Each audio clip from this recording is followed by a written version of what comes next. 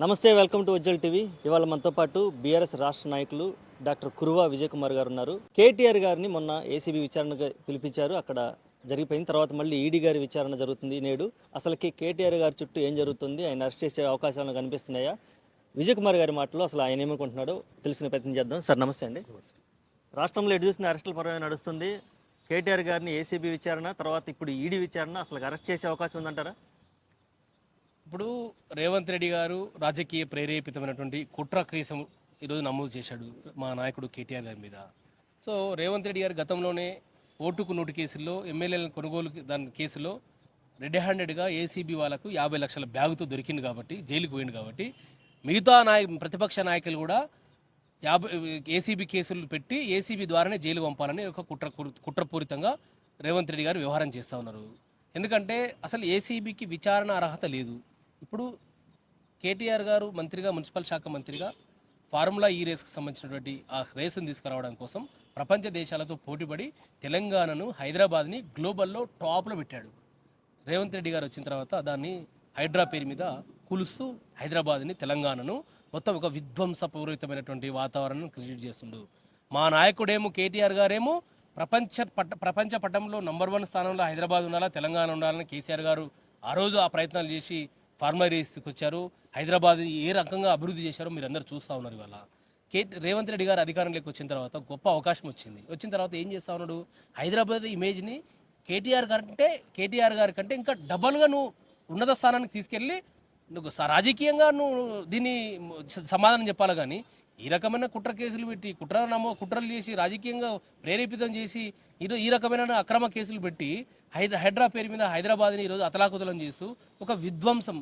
మా పార్టీ ఏమో కన్స్ట్రక్టివ్ మెథడ్లో ఆ రోజు వెళ్ళింది, కానీ రేవంత్ రెడ్డి గారు డిస్ట్రక్టివ్ మెథడ్లో వస్తున్నాడు. కాబట్టి రేవంత్ రెడ్డి గారికి, కాంగ్రెస్ ప్రభుత్వానికి, బీఆర్ఎస్ పార్టీకి, కేసీఆర్ గారికి, కేటీఆర్ గారికి తేడా అక్కడే ఉన్నది. ప్రజలు కూడా చర్చిస్తా ఉన్నారు. Sorry for interruption. మీరు వన్ సైడ్గా మాట్లాడకండి. రేవంత్ రెడ్డి గారు సంవత్సర పరిపాలన ఏమీ చేయలేదంటారా? అసలుకి కేవలం అరెస్టులు మాత్రమే చేస్తున్నారంటారా? ప్రజలకే మంచి జరగలేదా ఈ సంవత్సర పాలనలో?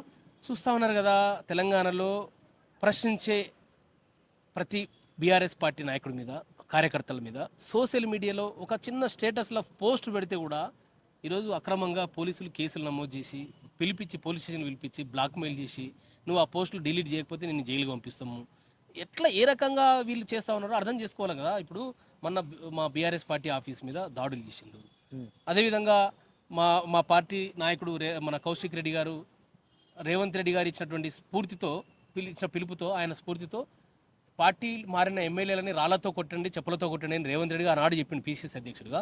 మరి ఈనాడు వారు చెప్పినటువంటి దాన్ని మా నాయకుడు కౌశిక్ రెడ్డి గారు మీరు ఏ పార్టీ నుంచి గెలిచారు, నువ్వు ఏ పార్టీ అని చెప్పేసి మీటింగ్లో ప్రశ్నించిన దానికి ఆయన మీద 3 కేసులు నమోదు చేసి జైలు పంపాలని ఒక కుట్రపూరితంగా చేశారు. కానీ రేవంత్ రెడ్డి గారు ఎన్ని కుట్రలు చేసినా, ఎన్ని రకాల కేసులు పెట్టినా కూడా జడ్జిలు మాత్రం ఆ రిమాండ్లను రిజెక్ట్ చేస్తూ ఉన్నారు. ఎందుకంటే ఇది వాళ్ళకు కూడా అర్థమవుతుంది, ఇది పొలిటికల్ మోటోతో పెట్టినటువంటి కేసులు అని చెప్పేసి. కాబట్టి ఫార్ములా ఈ రేసులో ఎలాంటి కేటీఆర్ గారు తప్పు చేయలేదు. ఇవాళ మొన్న ఏసీబీ విచారణకు పిలిచారు. మా నాయకుడు కేటీఆర్ గారు వెళ్ళారు. వాళ్ళు అడిగిన ప్రతి క్వశ్చన్కి కూడా, ప్రశ్నలకు కూడా సమాధానాలు చెప్పి సంపూర్ణంగా వారిని సాటిస్ఫై చేసి వచ్చాడు. వాళ్ళకు కూడా తెలుసు, అధికారులకు కూడా, పోలీస్ అధికారులకు కూడా తెలుసు దీంట్లో ఏమి లేదు. ఎందుకంటే 55 కోట్లు 46 కోట్లు ఇక్కడ నుంచి అక్కడికి వెళ్ళినాయి, ఈ అకౌంట్ నుంచి ఆ అకౌంట్కి వెళ్ళినాయి, అక్కడ భద్రంగా ఉన్నాయి. మరి ఇక్కడ కరప్షన్ ఎక్కడ ఉంది? అసలు అన్ని కరప్షన్ ఏడుంది, దోపిడీ ఏడుంది? ఎట్లా ఫస్ట్ ఒకసారి కిడుప్రోకో అంటారు, ఒకసారి మనీ లాండరింగ్ అంటారు, ఒకసారి మన బాండ్ ఎలక్ట్రల్ బాండ్లతో దోపిడీ చేసినారంటారు. ఇవన్నీ పక్క పడేసి ఇవాళ ఏంది ఆర్బీఐ అనుమతి తీసుకోలేదు కదా, ఏదో ప్రొసీజర్ ల్యాబ్ జరిగినాయి కదా అని ఏదో కొండంతవి ఎలుకని పట్టారు. నేను ఒకటి అడుగుతా ఉన్నా, ఈ యొక్క ఉజ్వల్ టీవీ ద్వారా ప్రజలకు కూడా నేను చెప్తా ఉన్నా, రేవంత్ రెడ్డి గారికి ప్రశ్నిస్తా ఉన్నా, ప్రభుత్వానికి, పోలీసులు కూడా. ఫర్ ఎగ్జాంపుల్, విజయ్ కుమార్ అనేటువంటి వ్యక్తికి ఎస్బీఐ బ్యాంక్లో అకౌంట్ ఉన్నది. విజయ్ కుమార్ అనే వ్యక్తి ఒక 10 లక్షలు ఇంకో వ్యక్తికి ట్రాన్స్ఫర్ చేయాలా.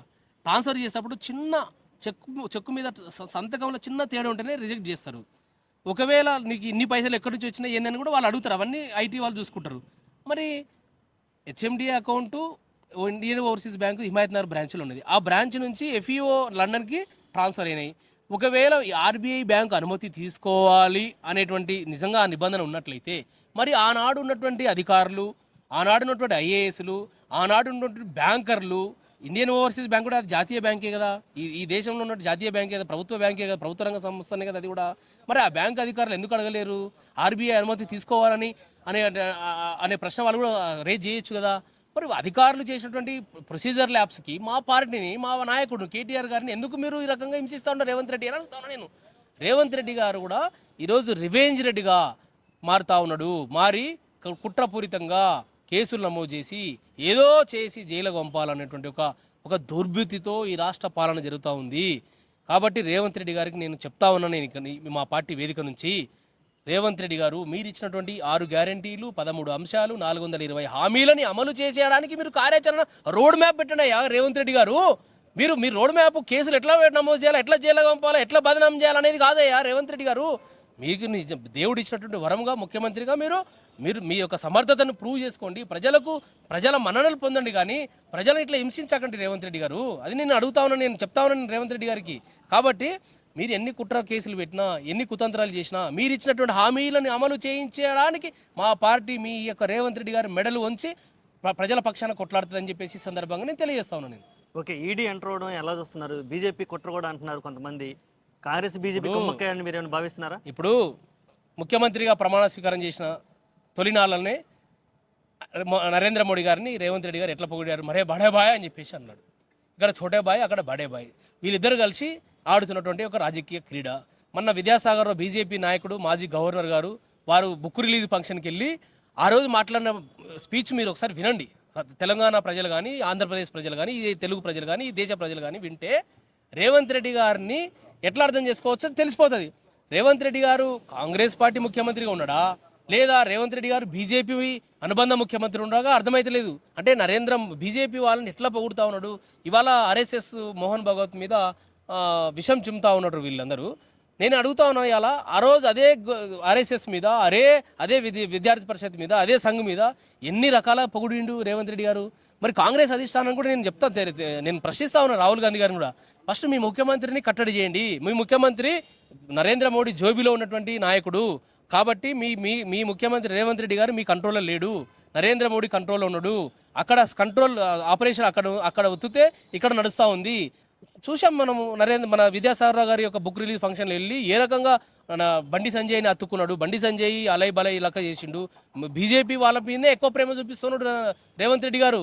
దాని మీద మీరు దృష్టి పెట్టండి. అంటే ఇప్పుడు అక్కడ బీజేపీ నరేంద్ర మోడీ, ఇక్కడ రాష్ట్రంలో కాంగ్రెస్ ముఖ్యమంత్రి రేవంత్ రెడ్డిని వేరుగా చూడనక్కర్లేదు.